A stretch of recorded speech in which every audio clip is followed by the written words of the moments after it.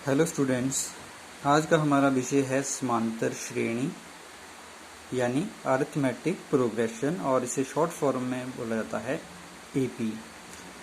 उसमें हमने देखा था कि हम प्रथम पद यानी फर्स्ट टर्म को क्या लिखते हैं T1 या फिर क्या लिखते हैं A, सेकंड टर्म को लिखते हैं T2 और जो सेकंड टर्म यानी द्वितीय पद है उसे कैसे ज्ञात किया जा सकता है A प्लस D करके, यानी प्रथम पद में सारबंतर को जोड़कर, प्रथम पद जमा सारबंतर, first term plus common difference सारबंतर।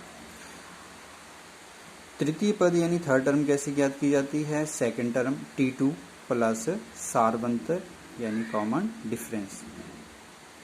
Fourth term अगर हमें ज्ञात करनी है तो कैसे होगी, T3 प्लस D। फिफ्थ करनी है तो T4 प्लस D। सिक्स्थ करनी है तो T5 प्लस D। तो इस तरह से हम जो सारबंतर D है उसको पिछली टर्म में जोड़ते जाएंगे तो हमें नेक्स्ट अगली टर्म जो है वो मिलती जाएगी। अगर हमने nth टर्म निकालनी है, लास्ट टर्म जिसको बोला जाता है या अंतिम पद जिसको कहा जाता है, तो वो कैसे निकालेंगे। देखो यहाँ पर 4 था तो यहाँ पर कितना था 3, यानी 1 कम। तो यहाँ पर अगर n है तो यहाँ पर कितना आ जाएगा Tn-1 प्लस D। तो ये इस तरह से इसकी जो है अंतिम पद हम ज्ञात कर सकते हैं। ये था एक तरीका अगली टर्म ज्ञात करने का। एक और हम जो है वो AP के जो अलग अलग टर्म है वो कैसे ज्ञात कर सकते हैं उसको देखते हैं। कि अगर हमारे पास जो फर्स्ट टर्म है मान लेते हैं वो कितना है A, और जो कॉमन डिफरेंस है वो कितना है D, यानी सारबंतर कितना है D। तो सेकंड टर्म कैसे निकालते हैं, सेकंड टर्म निकालने के लिए हम क्या करते हैं, प्रथम पद में क्या कर देते हैं, द्वितीय पद को सारबंतर को जोड़ देते हैं। तो प्रथम पद प्लस सारबंतर यानी कॉमन डिफरेंस। तृतीय पद ज्ञात करना है तो हम इसको कैसे ज्ञात करते हैं, प्रथम पद plus 2D, A plus 2D। अगर चतुर्थ पद ज्ञात करना है तो A प्लस 3D। पांचवा ज्ञात करना है तो A प्लस 4D। यहाँ पर हम देखते रहेंगे, अगर यहाँ पर 2 है तो D का जो कॉफिशिएंट है, जो D के आगे गुणा हो रहा है, यहाँ पर कितना गुणा हो रहा है 1। यहाँ 3 है तो D के आगे कितना गुणा हो रहा है 2। 4 है यहाँ पर तो यहाँ पर D के आगे कितना है 3, यानी 1 कम हो रहा है यहाँ पर भी। यहाँ 5 है तो यहाँ कितना है 4। तो अगर हमें अंतिम पद ज्ञात करना है, Tn ज्ञात करना है, तो कैसे होगा, A प्लस, अब यहाँ पर देखो 5 है तो यहाँ पर कितना है 5 माइनस 1। इसको हम ऐसे भी लिख सकते हैं, इसको हम ऐसे भी लिख सकते हैं A प्लस 2 कैसे मिलेगा, हमें कैसे मिलेगा, यहाँ से हम क्या कर दें 3 माइनस 1। 2 को हमने कैसे लिख दिया 3 माइनस 1, इसको, और यहाँ पर साथ में क्या आ गया D हो गए। और क्या लिख सकते हैं, इसको कैसे लिख सकते हैं A प्लस 3 हमें कैसे मिलेगा, अगर 4 में से 1 को माइनस कर दें, 4 माइनस 1 D। यहाँ पर T5 है तो इसको हम कैसे ज्ञात कर रहे हैं, यहाँ पर 4 कैसे आएगा, A प्लस 5 में से कितने माइनस करने पड़ेंगे 1। तो इस तरह से हमें ये मिल रहा है। इसको देखते हैं अंतिम पद कैसे हमें प्राप्त होगा। अगर यहाँ पर 5 था तो हम 1 माइनस कर रहे थे, 4 था तब भी 1। तो अगर यहाँ पर n है तो n में से हम कितने माइनस कर देंगे 1 माइनस कर देंगे, और साथ में कितना आ जाएगा D।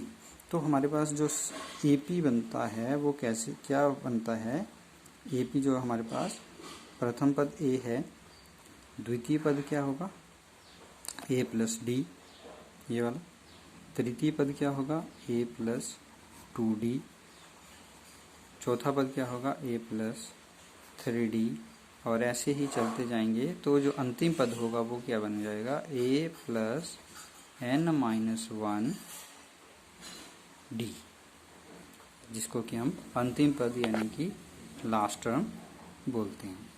ये हुआ प्रथम पद, फर्स्ट टर्म, द्वितीय पद सेकंड टर्म, तृतीय पद थर्ड टर्म, चतुर्थ पद फोर्थ टर्म, और ये है लास्ट टर्म यानी कि अंतिम पद। इसको हम टी एन से भी लिख सकते हैं। तो टी एन अगर हमें बोला जाए कि अंतिम पद लिखिए आप, तो टी एन हम क्या लिखेंगे, t n equal to A plus N minus one d. इसको कई बार हम ए एन से भी लिख देते हैं। ए एन या टी एन, इसमें कोई पजल होने वाली कोई बात नहीं है। ये भी अंतिम पद है, ये भी अंतिम पद है, लेकिन इसकी वैल्यू कितनी होती है, A plus N minus one into D. आइए आज की वर्कशीट के कुछ क्वेश्चंस को देखते हैं। तो हमें बोला गया है खाली स्थान भरो। पहला है हमारा ए एन हमें ज्ञात करना है। तो मैंने अभी बोला था कि ए एन यानी टी एन जो है वो क्या होता है, A plus N minus one D. तो इसका जो हमारे पास जो आंसर है वो ये है, A plus N minus one into D. दूसरा जो ब्लैंक है दिया हुआ, T three equal to A plus dash, यानी हमने कौन सी टर्म निकालनी है, थर्ड टर्म। और थर्ड टर्म निकालने के लिए हमें प्रथम पद में क्या जोड़ना पड़ेगा। देखो यहाँ पर हम देखते हैं इसको दोबारा से। हमने दो प्रकार से टर्म्स ज्ञात की कि पहले मैंने बोला था कि T2 को हम कैसे ज्ञात कर सकते हैं, A प्लस डी। T3 कैसे निकाला जा सकता है, यहाँ पर हमने क्या किया, सेकेंड टर्म कैसे निकाली, प्रथम पद प्लस डी। T3 अगर हमने निकालना हो तो हमें T2 में क्या जोड़ना पड़ेगा, डी। T4 निकालना हो तो T3 में क्या जोड़ना पड़ेगा, डी। यहाँ पर हम कैसे निकाल रहे हैं, अगली टर्म कैसे निकाल रहे हैं कि पिछली टर्म में सारवंतर को जोड़कर। लेकिन यहाँ पर क्या फ़र्क क्या है, यहाँ पर T3 हमने निकाला तो हमने क्या किया, प्रथम पद में क्या जोड़ना पड़ेगा। T4 निकालना है तो प्रथम पद में क्या जोड़ना पड़ेगा, T2 निकालना है तो प्रथम पद में हमें D जोड़ना पड़ेगा। T3 निकालना है तो यहाँ पर प्रथम पद में हमें 2D जोड़ना पड़ेगा। लेकिन यहाँ पर हम क्या कर रहे हैं, अगर हमें T3 निकालना था तो हमने सेकंड टर्म में क्या जोड़ना है, D। पिछली टर्म में हम डी जोड़ते जाएंगे, लेकिन जब बात आएगी प्रथम पद में तो T2 निकालना है तो प्रथम पद में D जोड़ना पड़ेगा। तृतीय पद निकालना है तो प्रथम पद, यहाँ पर फर्स्ट टर्म ही आएगा।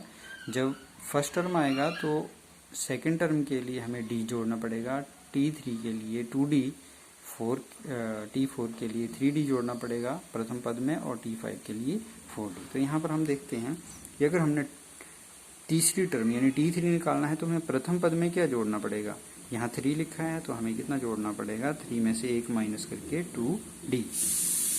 अगला हमारे पास है T5 यानी फिफ्थ टर्म है, पांचवा पद है, तो चौथे पद में क्या जोड़ना पड़ेगा। अब यहाँ पर प्रथम पद था तो वो 2D जोड़ा था ना, तो यहाँ पर ये पांचवी टर्म है, ये चौथी टर्म है। चौथी टर्म में हमें क्या जोड़ना पड़ता है, सिर्फ अकेला D।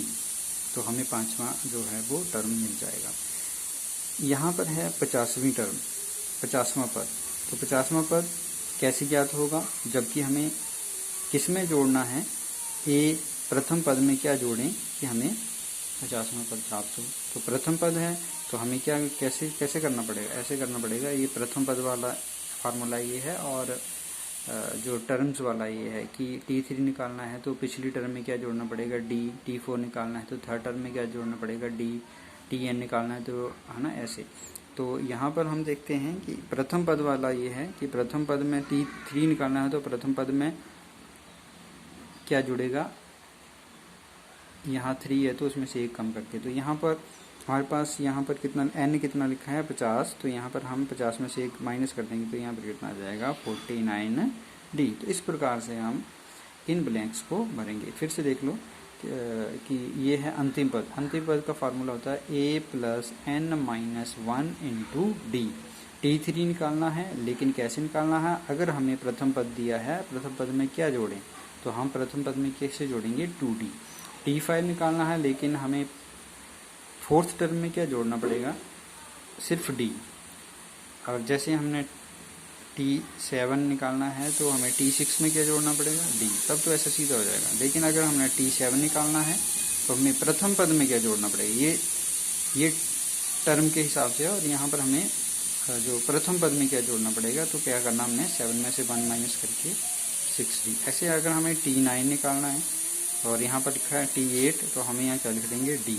और अगर हमें ऐसे लिखा है A प्लस, तो प्रथम पद में हमें क्या, यहाँ 9 लिखा है तो यहाँ पर हम क्या कर देंगे 8D, एक हम कम करके। तो इस तरह से इन क्वेश्चंस को हम सॉल्व करते हैं।